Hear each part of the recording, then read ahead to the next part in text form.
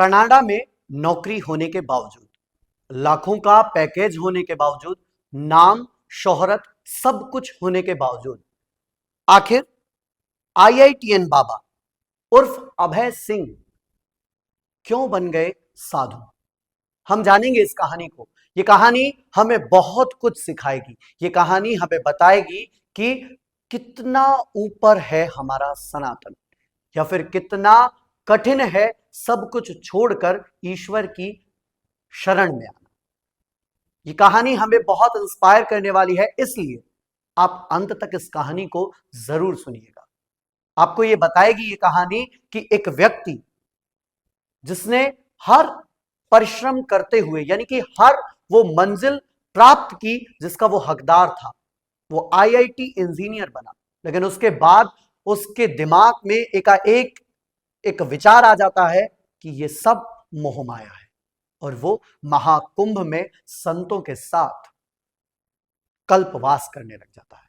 ये कहानी हमें बहुत कुछ सिखाने वाली है, तो आप कहीं मत जाइए, सुनिए इस कहानी को। कौन है अभय सिंह, क्यों छोड़ दी उसने इंजीनियरिंग, और क्यों बना वो साधु। आपको बता दें, साल 2021 में कोविड के दौर में कनाडा छोड़कर वापस आए थे अभय सिंह। झज्जर के गांव सासरौली के प्रतिष्ठित एवं संपन्न परिवार से जुड़े हुए हैं अभय सिंह। इंस्टाग्राम पर डाले गए पोस्ट अभय के बारे में काफी कुछ बताते हैं। करीब 9 साल पहले इंस्टाग्राम पर डाली पोस्ट में अभय सिंह खुद से एक सवाल कर रहे हैं, आप कहां हैं और कहां जाना चाहते हैं, क्या महत्वपूर्ण है और क्या नहीं है।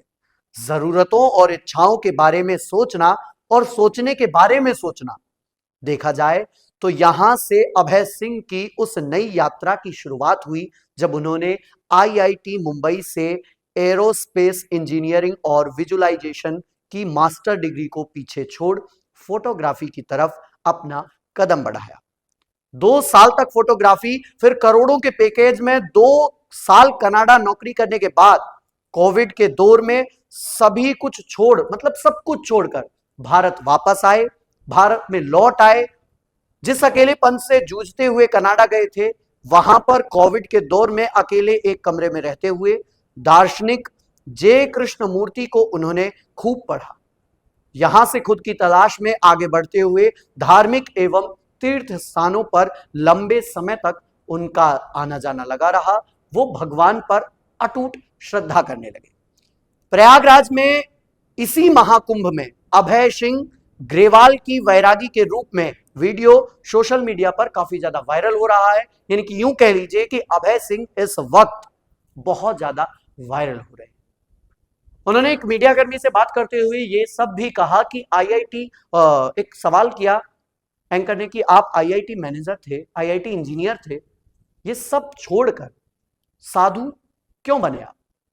उनका उत्तर आया कि ये सब बहुत नीचे है, मुझे कुछ बड़ा करना था, मुझे एक बड़े स्थान पर आना था, मुझे कुछ अलग करना था, इसलिए मैंने ये रास्ता चुना। आपको बता दें, वैरागी अभय सिंह की मूल पहचान झज्जर जिले के छोटे से गांव सासरौली से जुड़ी है।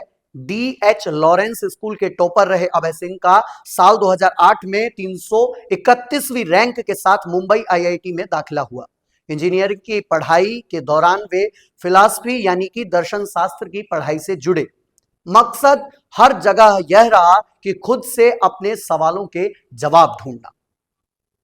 वाकई ये तस्वीरें देखकर आपको मजबूर होना पड़ जाएगा कि कोई आईआईटी इंजीनियर इस हालत में। ये फोटोज देखिए आप स्क्रीन पर, ये फोटोज वाकई बहुत कुछ बयां करती हैं। एक व्यक्ति अपने सवालों से इतना जूझ जाता है कि उसे अंत में केवल एक रास्ता दिखता है, और वो रास्ता होता है भगवान की शरण में आ जाना। प्रतिष्ठित संस्थान से डिग्री हासिल करने वाले अभय सिंह ने विज्ञान की दुनिया में अपने पंखों को नहीं फैलाया, बल्कि संतई, फक्कड़पन और वैराग्य का जीवन चुन लिया। आधुनिक तकनीक और विज्ञान की चकाचौंध को छोड़कर आध्यात्म की शरण में आए अभय सिंह ने अपनी अलग राह बनाई। वाकई ये कहानी दिलचस्प है, ये कहानी बहुत कुछ सिखाने वाली है, और ये कहानी एक व्यक्ति से एक संत बनने की कहानी है।